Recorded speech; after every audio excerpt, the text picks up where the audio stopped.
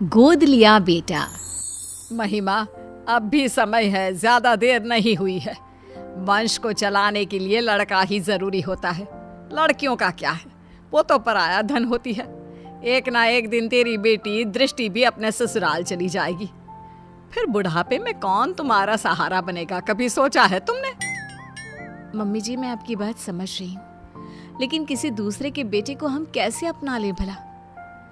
जिस किसी भी बच्चे को हम गोद लेंगे उसकी रगों में तो किसी दूसरे का ही खून होगा ना, और मैं दूसरे के बच्चे को पाल नहीं सकती। हाँ माँ, महिमा ठीक कह रही है। वैसे भी दृष्टि अब 8 साल की हो चुकी है, सब समझने लगी है वो भी। अगर हम बच्चा गोद ले भी लेते हैं तो हो सकता है कि कल को वो भी उस बच्चे को एक्सेप्ट ना कर पाए। अरे वो सब तुम समय पर छोड़ दो, समय के साथ साथ उसे भी सब समझ में आ जाएगा। वसुंधरा अपनी बेटे बहू को रोजाना यही बात बोलती, जिसे गिरीश और महिमा नजरअंदाज करते रहते। फिर एक दिन, तुम लोगों को पता है वो जो हमारे पड़ोस में विमला रहती थी ना, जिसकी सिर्फ 2 बेटियां थी, आज उसकी बंद कमरे में लाश मिली है। जानती हो, उसकी सास ने भी उसे समझाने की बहुत कोशिश की थी कि किसी लड़के को गोद ले आए, लेकिन उसने अपनी सास की एक ना सुनी, और देखो आज कंधा देने वाला भी कोई नहीं। वसुंधरा की इन बातों का गिरीश और महिमा पर इतना ज्यादा असर पड़ता है कि वो तुरंत ही बच्चे को गोद लेने का फैसला कर लेते हैं। तकरीबन 3 घंटे की प्रक्रिया के बाद गिरीश 6 साल के हर्ष को संग लेकर घर पहुंचता है। आप यही चाहती थी ना माँ कि हम एक लड़के को गोद ले आए? तो देखिए, ये रहा हमारा हर्ष। ये तो तुमने बहुत अच्छा किया बेटा। अब एक काम करते हैं, कल कुछ पंडितों को बुलाकर इसका शुद्धिकरण करा देते हैं। शुद्धिकरण? ये क्या होता है? अरे बेटा, अभी तेरी रगों में किसी और का खून है, जिसके बारे में हमें कोई खोज खबर भी नहीं है, इसीलिए तू अशुद्ध है। कल जब तेरा शुद्धिकरण हो जाएगा तब तो इस घर का वारिस बन जाएगा। तो क्या कल आप इंजेक्शन लगाकर मेरे शरीर से खून निकाल लेंगे? अरे ना ना बेटा, ऐसा कुछ नहीं होगा। हाँ, मुझे पता है ऐसा ही होगा। मैंने पढ़ा था खून की शुद्धिकरण को डायलिसिस कहते हैं। इसके जरिए जो हमारे शरीर में गंदा खून होता है वो निकाल देते हैं। आप लोग भी कल मेरे साथ यही करोगे ना? हर्ष के मुंह से इतनी छोटी सी उम्र में इतनी बड़ी बड़ी बातें सुनकर सभी दंग रह जाते हैं। आप कहाँ से लाए हो इस बच्चे को जो इस उम्र में इतनी बड़ी बड़ी बातें कर रहा है? कहा था ना कोई मासूम सा बच्चा लाना। महिमा, यह अभी सिर्फ 6 साल का है।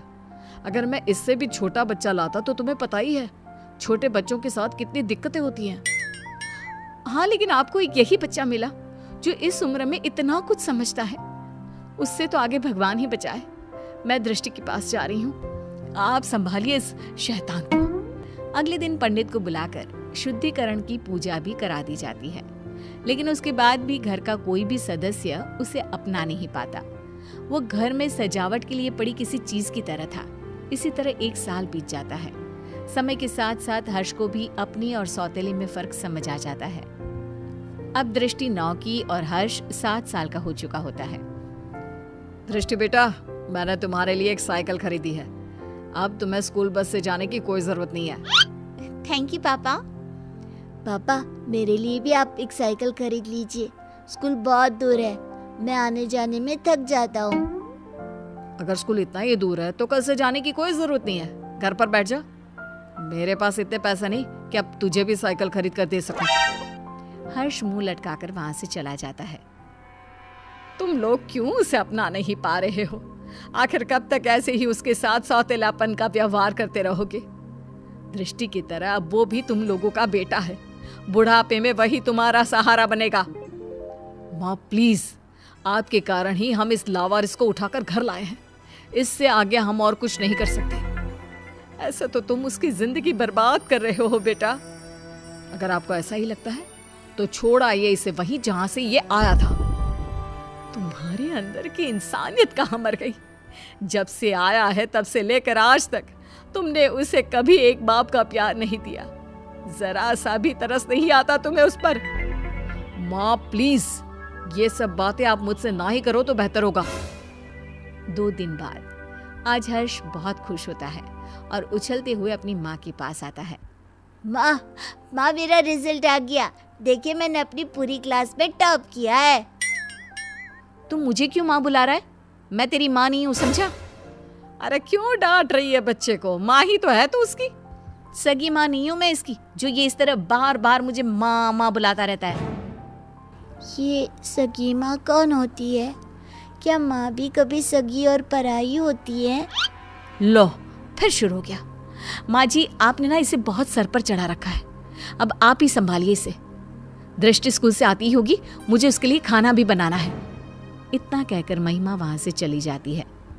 दादी, कोई मुझे प्यार क्यों नहीं करता? सब दीदी से ही क्यों प्यार करते हैं? अरे ना ना बेटा, ऐसी कोई बात नहीं है। दृष्टि बड़ी है ना, इसलिए बस सबको उसकी फिक्र लगी रहती है। फिक्र और प्यार दोनों में अंतर होता है दादी। मम्मी पापा ना तो मेरी फिक्र करते हैं और ना ही मुझसे प्यार। 7 साल के बच्चे की ये बातें सुनकर वसुंधरा खामोश खड़ी रह जाती है। उसे समझ में नहीं आता कि वो बोले भी तो क्या। इतने में ही वहां दृष्टि भी आ जाती है। मम्मी पापा मुझसे प्यार इसलिए करते हैं क्योंकि मैं उनकी सगी बेटी हूँ, और तुम्हें तो वो अनाथालय से उठाकर लाए हैं। दृष्टि, कितनी बार समझाया है, इस तरह बात नहीं करते। छोटा भाई है वो तुम्हारा। ये मेरा कोई भाई भाई नहीं है। दीदी, मैं आपका सगा भाई नहीं हूँ, तो मेरा भी तो आप लोगों से कोई खून का रिश्ता नहीं है। उसके बाद भी जब मैं आप लोगों का स्वीकार कर सकता हूँ, तो आप लोग क्यों नहीं अपना रहे मुझे? शोर सुनकर गिरीश और महिमा भी बाहर आते हैं। इतना शोर क्यों हो रहा है यहाँ? क्या चल रहा है ये सब? देखिए ना पापा इस लड़की को। क्यों रे हर्ष, आप कौन सा ज्ञान झाड़ रहा है तू? मैंने तो बस छोटा सा सवाल ही पूछा था दीदी से। अगर उनके लिए मैं कोई गैर हूँ, तो आप कौन से मेरे सगे हैं? उसके बाद भी जब मैं आपको अपने जन्मदाता की जगह दे सकता हूँ, तो आप लोग ऐसा क्यों नहीं कर सकते? हर्ष के इन सवालों से पूरे घर में सन्नाटा छा जाता है। वसुंधरा अपने आंसू पोंछते हुए गिरीश और महिमा से सवाल करती है। अब क्यों चुप हो तुम लोग? जवाब दो ना इस बच्चे के सवाल का। हर्ष के सवालों का किसी के पास कोई जवाब नहीं होता। गिरीश और महिमा बिना कुछ बोले अपने रूम की तरफ चले जाते हैं। ये लड़का तो जरूरत से ज्यादा ही तेज है। कहीं हमने इसे गोद लेकर कोई गलती तो नहीं कर दी? अगर ऐसा ही रहा तब तो ये हमारी बेटी का हक छीन लेगा और पूरी प्रॉपर्टी हड़प लेगा। तुम सही बोल रही हो महिमा। हमें जल्दी से इस लड़के का कुछ करना होगा। ये हमारी बेटी के लिए खतरा हो सकता है। अगले दिन, हर्ष बेटा कहाँ हो? चलो आज हम तुम्हें कहीं बाहर घुमाने ले चलते हैं। सच में माँ, हम घूमने जा रहे हैं? हाँ बेटा, अब जल्दी से तैयार होकर आ जाओ। हर्ष भागते हुए अपने रूम में तैयार होने जाता है। थोड़ी देर बाद वो तैयार होकर बाहर आता है, जहाँ गिरीश और महिमा उसका इंतजार कर रहे होते हैं। मम्मी पापा, हम कहाँ जा रहे हैं? आज हम तुम्हें मेला दिखाने के लिए लेकर जा रहे हैं। कल तुम्हारे सवालों ने हमारी आंखें खोल दी, इसलिए अब हम तुम्हें अपने सगे बेटे जितना ही प्यार देंगे। हर्ष ये सब सुनकर बेहद खुश हो जाता है। उसे लगने लगता है कि अब उसके बुरे दिन जा चुके हैं, लेकिन उसे कहाँ पता था कि उसकी किस्मत में आखिर आगे क्या लिखा है। वे सब मेले में पहुंच जाते हैं। हर्ष बेटा, झूला झूलोगे? हाँ मम्मा, मुझे झूला झूलना बहुत पसंद है। ठीक है, तुम जाकर झूला झूल लो, हम लोग तुम्हारा यहीं इंतजार करते हैं। हर्ष चला जाता है। यही अच्छा समय है, अब हम घर चलते हैं, इसका काम तो हो गया। सही कहा तुमने, मेला घर से इतना दूर है कि ये वापस लौटकर कभी नहीं आ पाएगा। गिरीश और महिमा वहां से चले जाते हैं। हर्ष जब वापस लौटता है तो उसे वहां कोई नजर नहीं आता। वो पागलों की तरह अपने परिवार वालों को ढूंढता है। कुछ घंटे ढूंढने के बाद जब उसे कोई नहीं मिलता तो उसे सब समझ आ जाता है। अब वो करता भी तो क्या? न घर का पता मालूम था, ना ही कोई फोन नंबर। थक हार कर वो वहीं बैठ जाता है। तुम दोनों तो हर्ष को मेले पर लेकर गए थे ना, इतनी जल्दी वापस आ गए? और हर्ष कहाँ है? कहीं नजर नहीं आ रहा। माँ, वो अपने पुराने दोस्तों से मिलने की बहुत जिद कर रहा था, तो हम उसे अनाथ आश्रम छोड़कर आ गए हैं। कुछ दिन के बाद आ जाएगा, आप परेशान ना हो। वसुंधरा को दाल में कुछ गड़बड़ लगती है, लेकिन वो कुछ नहीं कहती और सीधे अपने रूम में चली जाती है। महिमा, माँ को इसके बारे में कुछ पता नहीं चलना चाहिए। महिमा सिर हिलाकर हाँ कहती है। 1 हफ्ता बीत जाने के बाद भी जब हर्ष वापस नहीं आता, तब वसुंधरा अपना फ़ोन उठाकर हर्ष के दोस्तों को फ़ोन करती है, जिससे उसे पता चलता है कि हर्ष तो कभी अनाथ आश्रम गया ही नहीं था। गुस्से से आग बबूला होकर वसुंधरा गिरीश और महिमा के कमरे में जाती है। हर्ष तो अनाथ आश्रम गया ही नहीं, फिर तुम लोगों ने मुझसे झूठ क्यों बोला? कहाँ है मेरा पोता, बताओ मुझे। माँ जी, वो आपका पोता नहीं है। मुझे सिखाने की जरूरत नहीं है, जितना पूछा है सिर्फ उतना ही जवाब दो। माँ, वो हम लोग हर्ष को उस दिन मेले में ही छोड़कर आ गए थे, हमें नहीं पता कि अभी वो कहाँ है। क्या? उस छोटे से बच्चे को तुम मेले में ही छोड़कर आ गए, ये जानते हुए भी कि वो अभी सिर्फ 7 साल का है। बेचारे किस हाल में होगा वो मासूम। तो और क्या करते मम्मी जी, उसका ठेका थोड़ी ना ले रखा है हमने। हम क्यों भला किसी और के बेटे के लिए अपनी बेटी का हक मारे। इस घर, परिवार और हमारे प्यार पर सिर्फ दृष्टि का हक है। अगर ऐसी ही बात है तो मैं तुम्हें याद दिला देती हूँ कि तुम भी कोई मेरे सगे बेटे नहीं हो। ऐसे ही किसी अनाथ आश्रम से मैं तुझे लेकर आई थी। अगर उस समय मैं भी यही करती तो आज तुम भी दर दर की ठोकरें खा रहे होते। मैं नहीं जानती थी कि तुम दोनों की सोच इतनी छोटी भी हो सकती है। वसुंधरा की बातों से दोनों का सिर शर्म से नीचे झुक जाता है।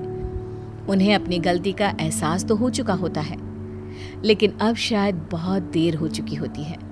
दोनों हर्ष को ढूंढते हुए उसी मेले की तरफ पहुंच जाते हैं, लेकिन वहां उन्हें सिवाय सन्नाटे के कुछ नजर नहीं आता। अगले दिन गिरीश और महिमा फिर से उसी मेले में हर्ष को ढूंढने जाते हैं। क्या हुआ साहब, किसी को ढूंढ रहे हो क्या? कुछ दिन पहले हमारे साथ एक बच्चा आया था ना, जिसने झूला भी झूला था। आपने उसके बाद से कहीं देखा उसे? नहीं, उसके बाद मैंने उसे देखा तो नहीं, लेकिन उस दिन बहुत रो रहा था बेचारा। रात तक यहीं बैठकर रोता रहा, फिर अचानक न जाने कहाँ गायब हो गया। गिरीश और महिमा आगे बढ़ते हुए फिर किसी से पूछते हैं। आप जिस बच्चे को ढूंढ रहे हो ना, वो तो 2 दिन पहले ही मर चुका है। बेचारा पिछले कई दिनों से यहाँ रोज आकर अपने मम्मी पापा को ढूंढता था। कई दिनों से कुछ खाया भी नहीं था उसने। फिर एक दिन एक्सीडेंट में उसकी मौत हो गई। 7 साल की मासूम की मौत के बारे में सुनकर गिरीश और महिमा के पैरों तले जमीन खिसक जाती है। उनकी घटिया सोच आज एक मासूम की मौत की वजह बन चुकी थी। क्या गिरीश और महिमा का एक 7 साल के बच्चे को लेकर ऐसा बर्ताव उचित था? गोद लिए हुए बच्चे को अपनाने के बाद भी आखिर क्यों उन पर सौतेले और अनाथ होने का टैग लगा दिया जाता है? क्या सिर्फ खून के रिश्ते ही रिश्ते होते हैं? दिलों के रिश्तों का कोई वजूद नहीं होता?